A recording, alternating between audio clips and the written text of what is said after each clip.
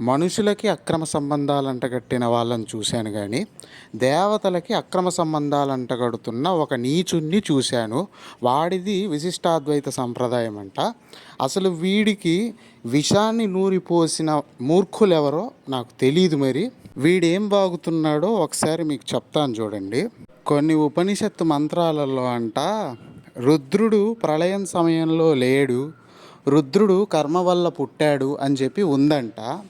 ఆ మంత్రాలకి మాత్రం వీడు ఏకాదశ రుద్రులను తీసుకోకుండా శివుణ్ణి తీసుకుంటున్నాడు.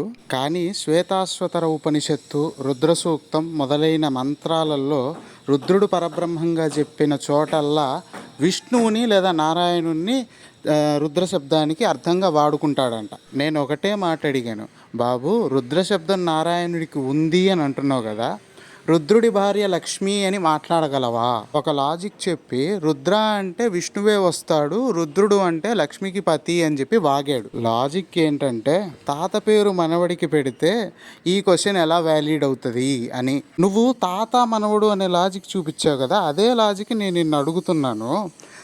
తాతకి 1000 పేర్లు పిలిస్తే ఆయన 1000 రూపాలు మార్చుకోగలగాలి. తాత మార్చుకునే ప్రతి రూపానికి అమ్మమ్మ కూడా 1000 రూపాలు మార్చుకోగలగాలి. అలాంటి మనుషుల జంట భూమి మీద ఉంటారా? అసలు మనుషులకి ఈ లక్షణాలు ఉంటాయా? మనిషికి దేవతకి తేడా తెలియని నువ్వు చెప్పే అర్థాలు ప్రామాణికములని నేను నమ్మాలా? ముందు మనిషికి దేవతకి తేడా తెలుసుకో, మంత్రం అంటే ఏంటో తెలుసుకో. ఏం తెలియకుండా వేదానికి ఉపనిషత్తులకి అర్థాలు చెప్పడానికి తయారైపోతావు. అసలు ఉపనిషత్తుల్లో ప్రళయం సమయంలో ఆ రుద్రుడు లేడు, పాపంతో పుట్టాడు అని చెప్పే కొన్ని మంత్రాలను నువ్వు చెప్పావు కదా, ఆ మంత్రాలకి ఏకాదశ రుద్రుల్ని తీసుకోవాలి, సదాశివుణ్ణి తీసుకోకూడదు. పరబ్రహ్మంగా రుద్రుని చెప్పే మంత్రాలలో సదాశివుణ్ణి తీసుకోవాలి.